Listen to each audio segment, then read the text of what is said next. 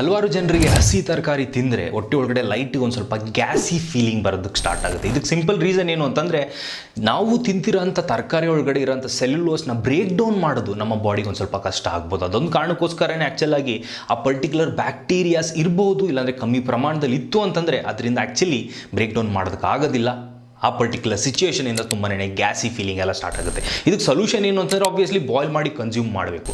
But ಎಲ್ಲ ವೆಜಿಟೇಬಲ್ಸ್ನೂ boil ಮಾಡೋಕ್ಕಾಗುತ್ತಾ ಇಲ್ವಾ ಅಂತಂದರೆ ಬಾಯ್ಲ್ ಮಾಡ್ಬೋದು. ಬಟ್ ನನ್ನ ಪ್ರಕಾರ ಒಂದಷ್ಟು ವೆಜಿಟೇಬಲ್ಸ್ನ ನೀವು ಈಸಿಯಾಗೇನೆ ರಾ ಫಾರ್ಮಲ್ಲಿ ಕನ್ಸ್ಯೂಮ್ ಮಾಡಿದ್ರೆ ತುಂಬಾ ಹೆಲ್ಪ್ ಆಗುತ್ತೆ. ಫಾರ್ ಎಕ್ಸಾಂಪಲ್ ನಿಮ್ಮ ಕ್ಯಾರೆಟ್ ಆಗಿರ್ಬೋದು, ಕ್ಯಾಪ್ಸಿಕಮ್ ಆಗಿರ್ಬೋದು, ಇಲ್ಲ ಅಂತಂದರೆ ನಿಮಗೆ ಸೌತೆಕಾಯಿ ಆಗಿರ್ಬೋದು, ಇಲ್ಲಾಂದರೆ ಗೆಡ್ಡೆಕೋಸು ಆಗಿರ್ಬೋದು, ಇದನ್ನೆಲ್ಲ ನೀವು ಲೈಟಿಗೆ ರಾ ಆಗಿ ಕನ್ಸ್ಯೂಮ್ ಮಾಡ್ಬೋದು. ಅಕಸ್ಮಾತ್ ಇದನ್ನು ಕನ್ಸ್ಯೂಮ್ ಮಾಡಿ ಕೂಡ ನಿಮ್ಗೆ ಏನಾದ್ರು ಒಂದು ಸ್ವಲ್ಪ ಗ್ಯಾಸಿ ಫೀಲಿಂಗ್ ಆಗ್ತಿತ್ತು, ತುಂಬಾ ಹೆವಿ ಅನ್ನಿಸ್ತಿತ್ತು ಅಂತಂದರೆ ನೀವು ಬಾಯ್ಲ್ ಮಾಡಿ ಇಲ್ಲ ಸ್ಟೀಮ್ ಮಾಡಿ ಕನ್ಸ್ಯೂಮ್ ಮಾಡೋದು ತುಂಬಾ ಒಳ್ಳೆಯದು.